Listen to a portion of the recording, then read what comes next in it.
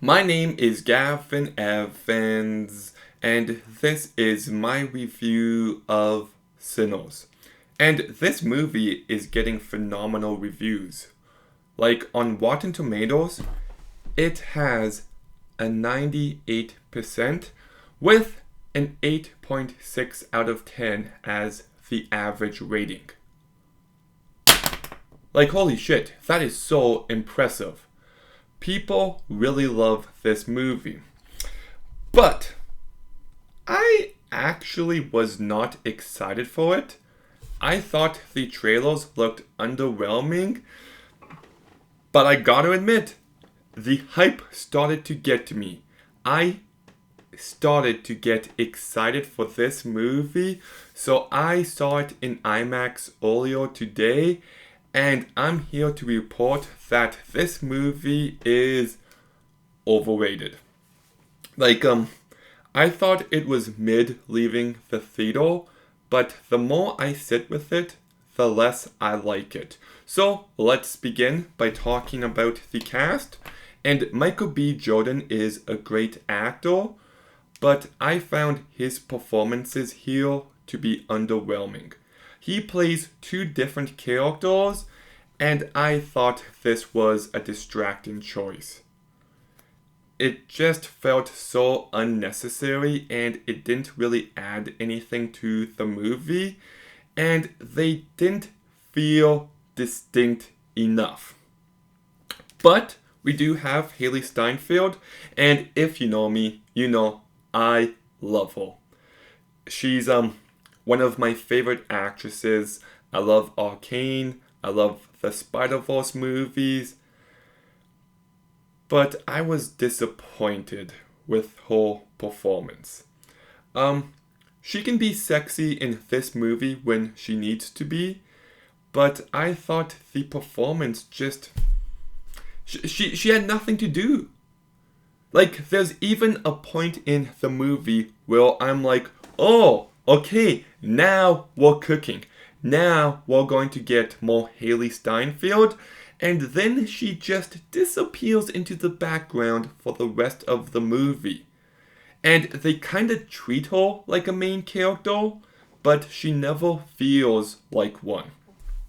So she's not the issue. She's just given nothing to work with. Miles Keaton, this seems to be the performance everybody loves, and I don't really get why. Just a really forgettable performance. Jack O'Connell is a great actor. If you haven't seen Eden Lake, you need to, but he's given nothing to do here. Like, his character isn't properly set up, and he is just kind of in the movie at a certain point, and he just felt like a generic villain. Delroy Lindo is pretty forgettable. Rami Mascacu, Omar Benson Miller is actually pretty decent. I thought he was entertaining, but the rest of the cast just did nothing for me. I thought they had nothing to work with. But the movie is well directed by Ryan Coogler.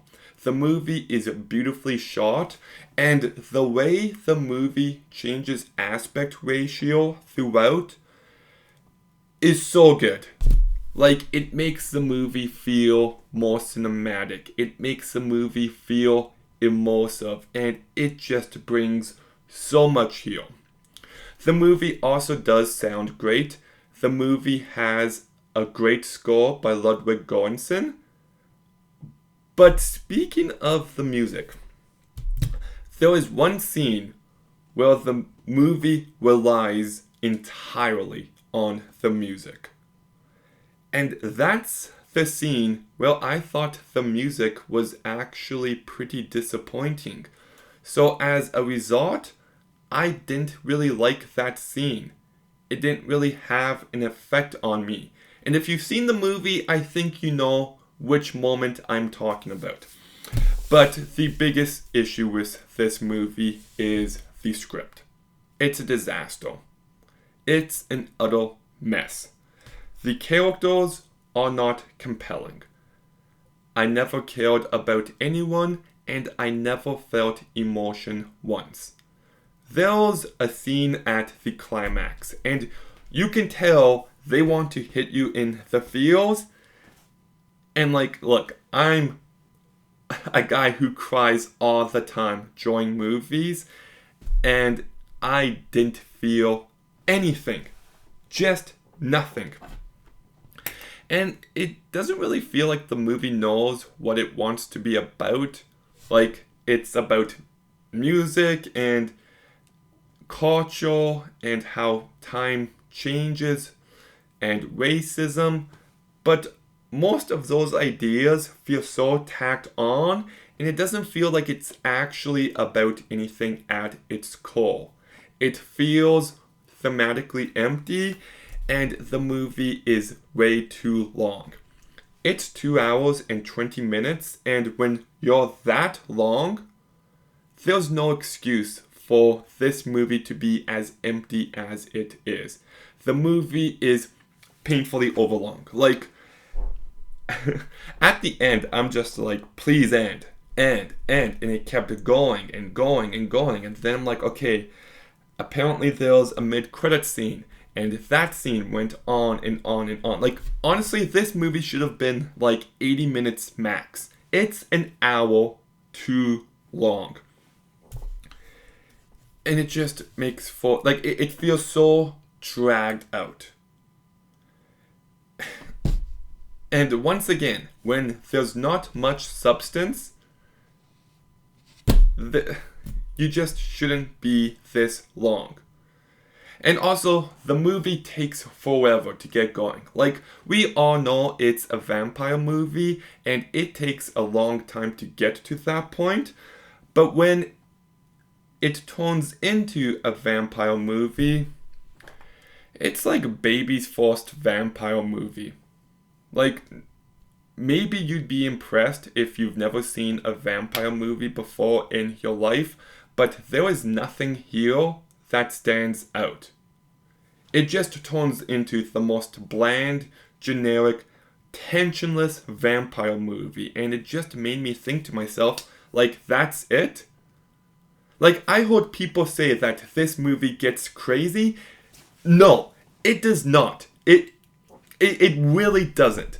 I've also heard people call this movie sexy, and there's one scene, but, like, what are we doing? Like, the descriptions people use for this movie, look, it's all subjective. I just find them to be dishonest. This is a movie that by the end, I left completely unsatisfied. Like, I think that this movie's going to get some praise, clearly, but I do think over time, people will turn on this movie. It's just not a vampire movie that does anything new or exciting or does anything well. And yeah, so the movie is well crafted. Ryan Coogler did a good job crafting this movie. The movie looks and sounds great, but the cast isn't given enough material to work with, and the script is a disaster. It's thematically empty, and I never cared about anyone, and even when things pick up, the movie still finds a way to be incredibly bland. The movie is never scary or effective or tension-filled. The movie just fails on so many different levels, and on top of that, it is way too long. So I'm giving Sinners a 3.5 out of 10. It's probably going to end up being the most overrated movie of the year. But, Sinners, have you seen it? What did you think? Let me know in the comments down below. Make sure you like, comment, subscribe. Stay tuned for more videos soon. And Gavin out.